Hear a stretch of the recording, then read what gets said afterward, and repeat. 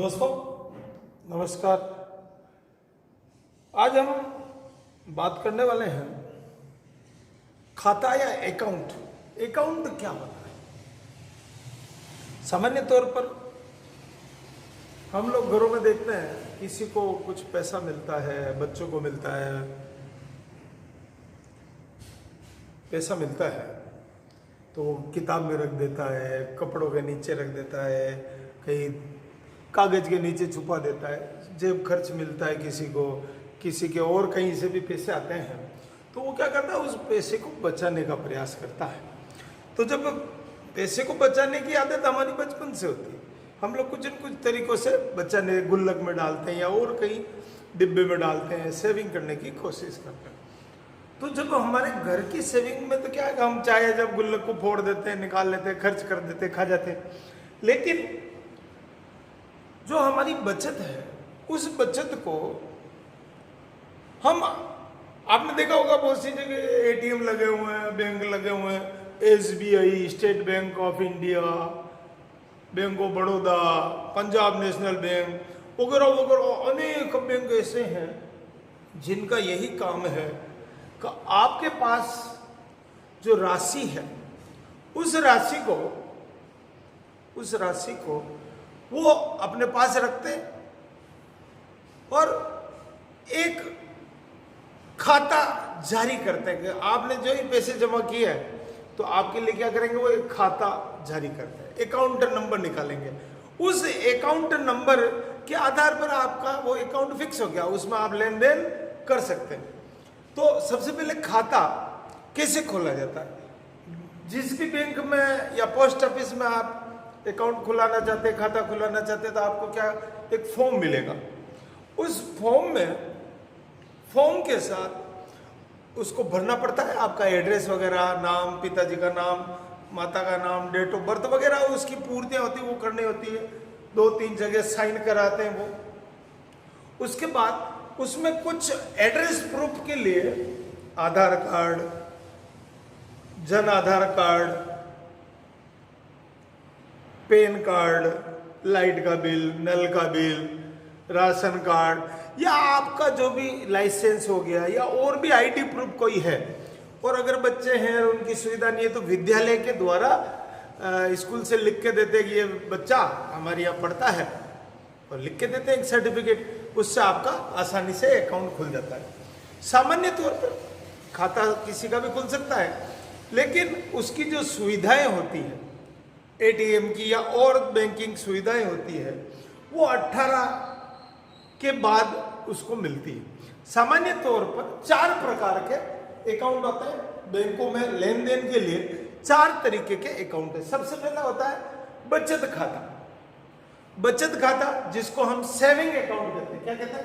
बचत खाता या सेविंग अकाउंट। दूसरा खाता होता है करेंट अकाउंट या चालू खाता जिसको कहते हैं। तीसरा होता है मियादी जमा खाता जिसको एफडी बोलते हैं, एक पर्टिकुलर मियाद के लिए होती है, समय के लिए। फिर होता है संचयी जमा खाता, आरडी होती है। तो इन सब नामों से हम परिचित हैं, लेकिन काफी लोग नहीं परिचित होते हैं। तो सबसे पहला होता है बचत खाता। बचत खाते में क्या होता है, आपका अकाउंट खुल गया। अब आपको, अगर आप बिजनेस करते हो या नौकरी वाले हो तो सेविंग अकाउंट, बिजनेस करते हो तो करेंट अकाउंट, और आपके पास कोई राशि है, ज्यादा पैसा है और आप उसको फिक्स करना चाहते हो तो एफडी करानी पड़ती है। 2 लाख की एफडी करा दी 2 साल के लिए, 3 साल के लिए, जब तक आवश्यकता नहीं हो तब तक के लिए। और आरडी में क्या होगा, एक निश्चित राशि मासिक फिक्स का, मेरे 500 रुपए की आरडी, 1000 रुपए की आरडी या 2000 की, 5000 की, हर महीने हमको जमा करानी पड़ती है। तो ये इस प्रकार से हम, इसके बदले बैंक उसमें एंट्री करता है और कैलकुलेशन करता है। आइए बात करते हैं सबसे पहले बचत खाता की। बचत खाता सामान्य कम आय वर्ग, नौकरी पेशा जिनकी आय कम होती है, या सामान्य जो कोई बचत करना चाहता है कम आय वाले व्यक्तियों के लिए, तो उसके लिए सेविंग अकाउंट खुला है। और सेविंग अकाउंट में व्यक्ति कभी भी सप्ताह में 2 बार पैसा जमा करा सकता है और निकाल सकता है। आपकी जो राशि है उसके बदले बैंक हमको ब्याज देती है। आपकी जमा राशि के बदले हमको उस पर बैंक हमको ब्याज देगी, इंटरेस्ट देगी।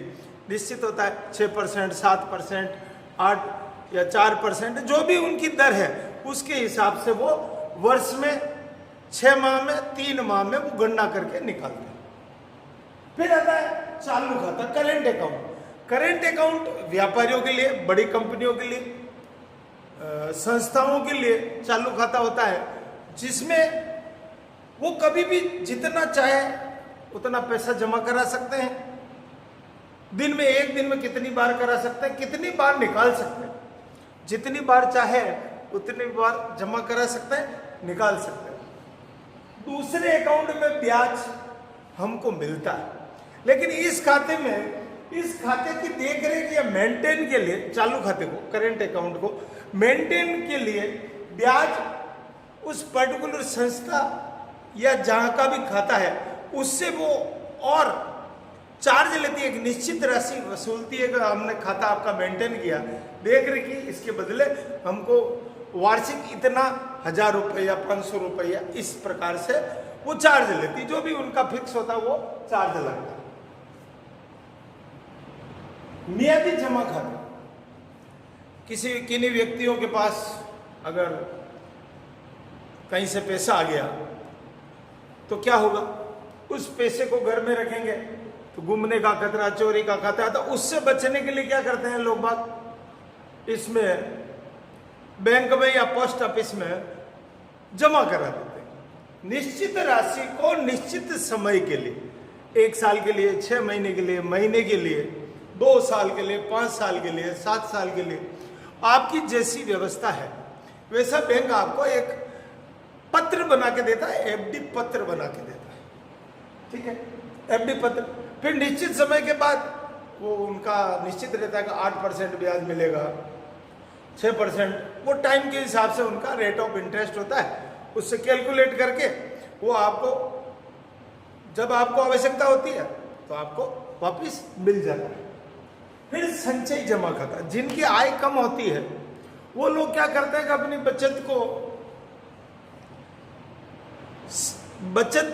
पैसे को बचाने के लिए मासिक, साप्ताहिक या पर डे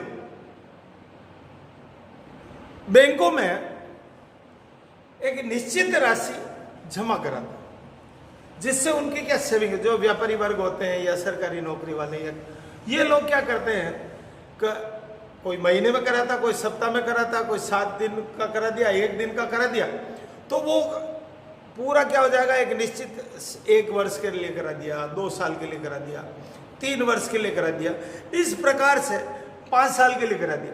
तो जब छोटा अमाउंट धीरे धीरे एकत्रित होकर बड़ा हो जाएगा, उस बड़े अकाउंट के बदले भी, बड़ी राशि के बदले भी उनको ब्याज मिलता है। क्या मिलता है? ब्याज। और ब्याज जुड़ करके आपको जब भी जरूरत होती है वो पैसा मिल जाता है। तो आज मैं सिर्फ ये बताना चाह रहा हूँ, बहुत से बच्चों को मालूम नहीं चलता है कि ये अकाउंट क्या होता है। पोस्ट ऑफिस वहाँ जाते हैं, पर्ची लेके घूमता है, मेरे भर देना, पेन मांगते ही। तो मैं ये चाहता हूँ कि हमारा कोई भी बच्चा जाए बैंक में तो उसको पता रहे कि अकाउंट कैसे खुलता है, क्या क्या सिस्टम है और इसमें किस प्रकार से लेन देन होता है। इंटरेस्ट रेट बैंक की नियमानुसार बदलती रहती है, कम होती है, ज़्यादा होती है। वो बैंक अलग अलग बैंकों के हिसाब से होती है। कुछ गवर्नमेंट बैंक है, कुछ प्राइवेट बैंक है जो अलग अलग। अच्छा, कुछ में इसमें आजकल तो बहुत सारे सिस्टम हो गए। हम लेन देन एटीएम के माध्यम से भी कर सकते हैं। अलग अलग एटीएम में पैसे निकालने की लिमिट होती है। अगर उसी बैंक का है तो अलग अलग, जैसे आजकल चल रहा है 10,000, 9,500 एक वन विड्रॉल होता है। एक दिन का विड्रॉल 9,500 रुपये। 10,000 होते ही आपको अपना आईडी या जो भी नंबर है वो फीड करके फिर आपको ज़्यादा मिल सकते हैं। लेकिन सब मिला के मैं ये बताना चाह रहा हूँ कि बचत खाते में सेविंग के लिए है जो हमारे पास सभी के पास होना चाहिए। अगर कोई बिजनेसमैन है तो चालू खाता होना चाहिए, मियादी जमा खाता एफडी होनी चाहिए और संचय आरडी होनी चाहिए। इसके माध्यम से हम लोग बचत कर सकते हैं, जुड़ सकते हैं, बातचीत कर सकते हैं। सामान्य तौर पर ब्याज की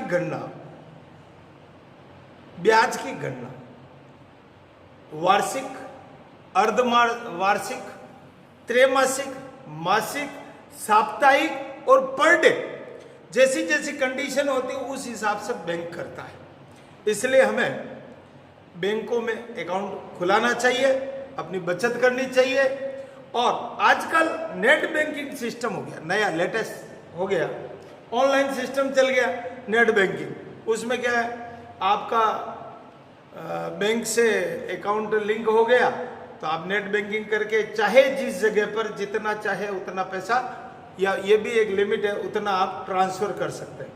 तो नेट बैंकिंग भी आनी चाहिए। हमको सब मिला के बचत के प्रति, खाते के प्रति जागरूक रहना चाहिए और हमें इस प्रकार की व्यवस्थाओं से जुड़ना चाहिए। बहुत बहुत धन्यवाद।